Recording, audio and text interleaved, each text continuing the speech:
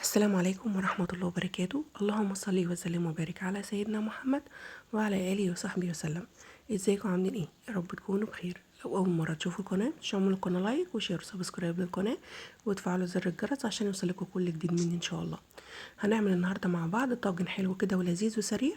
طاجن سجق بالخضار المشكل، طعمه حلو جدا جدا. اول حاجة نصلي على الرسول عليه افضل الصلاة والسلام ونسمي الله ونبدأ كده مع بعض. جبت كده معايا طاسة وحطيت فيها شوية من الزيت، وكمان نزلت ببصلاية زي ما احنا شايفين كده مكعبات، شوحتها تشويحة بسيطة جدا وبعد كده شلتها. نزلت كده بالسجق.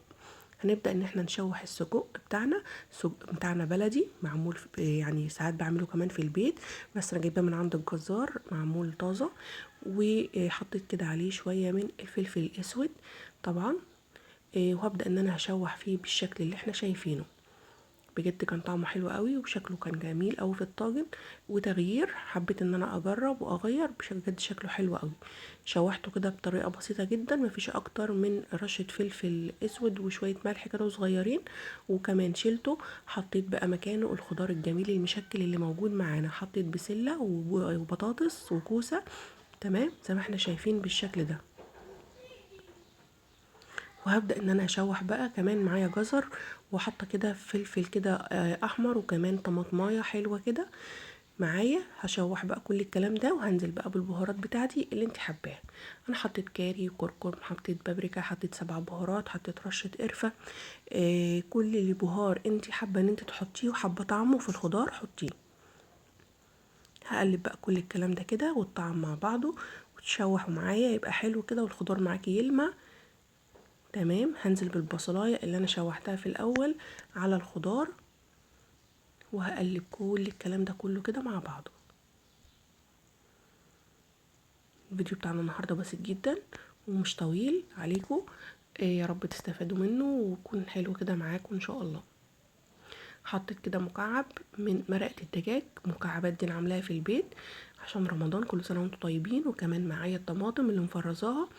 حطيت كده معلقتين كده من صلصه الطماطم المفرزه تديني لون كده للطاجن حلو. وهقلب كل الكلام ده كده مع بعضه بالشكل ده. ريحته حلوه جدا وطعمه كمان جميل. عملت انا معاكم الطاجن ده قبل كده، بس كنت عامله معاه لحمه، كان طعمه حلو قوي برده جميل جدا.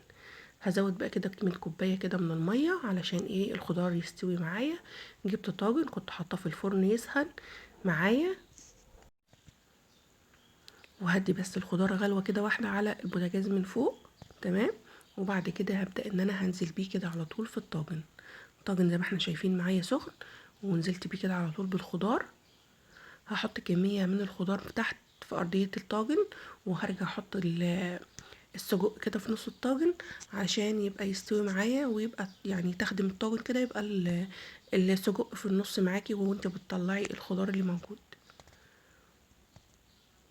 غدا بسيط وجميل وسهل كده وهتعمليه في اي وقت. تمام. هحط بقى السجق كده سمي الله كده وهنزل بالسجق. ما تنسيش الفيديو باللايك، ولو انت اول مره معايا في القناه متنسيش سبسكرايب للقناه. حطه كده وارصه كده كويس جدا، وهرجع انزل بقى بكميه الخضار كلها اللي موجوده معايا. تمام. هدخل بقى الطاجن الفرن وهغطيه بورق القصدير ده كده، وهدخله الفرن ياخد تسويته ولونه زي ما احنا شايفين. بجد شكله حلو قوي قوي، وكمان طعمه كان جميل جدا جدا.